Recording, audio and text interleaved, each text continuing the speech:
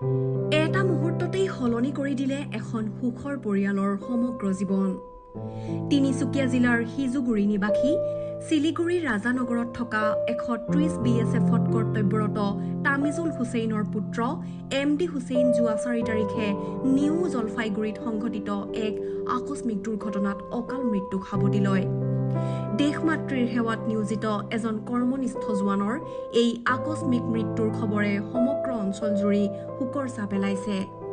সদায় হাস্যমুখী, অমায়িক আৰু দায়িত্বশীল স্বভাৱৰ কেৱল নিজৰ পৰিয়ালৰেই নহয়, সমাজৰো এজন প্ৰিয় ব্যক্তি আছিল। তেওঁৰ মৃত্যুৰ বাতৰিয়ে আত্মীয় স্বজন, বন্ধু বান্ধৱ, শুভাকাংক্ষী আৰু স্থানীয় বাসিন্দাসকলক গভীৰভাৱে মৰ্মাহত কৰি তুলিছে। এজন পুত্ৰক দেশৰ সুৰক্ষাৰ দায়িত্ব বহন কৰা এজন সাহসী জোৱানক হেৰুৱাই আজি শোকত মুহ্যমান তেওঁৰ পৰিয়াল।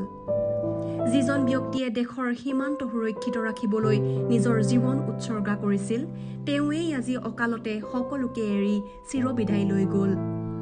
এই অপূৰণীয় ক্ষতিয়ে কেৱল এটা পৰিয়ালক নহয়, সমগ্ৰ অঞ্চলটোকেই বেদনাহত কৰি তুলিছে। জীৱনৰ বহু সপোন, বহু আশা আৰু বহু দায়িত্ব আধৰুৱাকৈ থৈ গ'ল তেওঁ। তেওঁৰ স্মৃতি সদায় জীৱন্ত হৈ থাকিব আত্মীয় স্বজন, বন্ধু বান্ধৱ আৰু শুভাকাংক্ষীসকলৰ হৃদয়ত।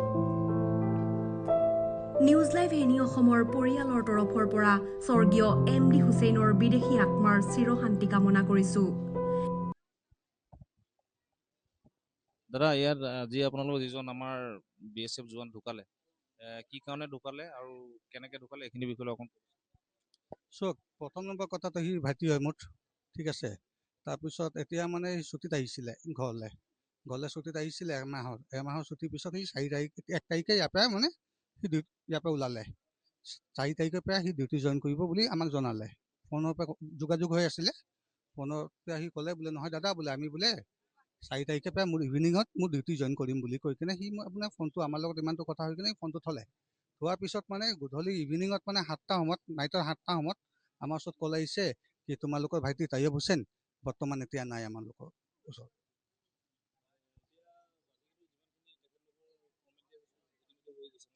হৈছে, ঠিকছে হৈছে। একে সময়তে শোকসন্তপ্ত পৰিয়ালবৰ্গলৈ জনাইছো গভীৰ সমবেদনা। এই অপূৰণীয় ক্ষতি সহ্য কৰাৰ শক্তি সৰ্বশক্তিমান ঈশ্বৰে পৰিয়ালক প্ৰদান কৰক। দেশৰ বাবে জীৱন উৎসৰ্গা কৰা বীৰসকল কেতিয়াও মৃত্যু নহয়, তেওঁলোক চিৰদিন মানুহৰ হৃদয়ত অমৰ হৈ থাকে।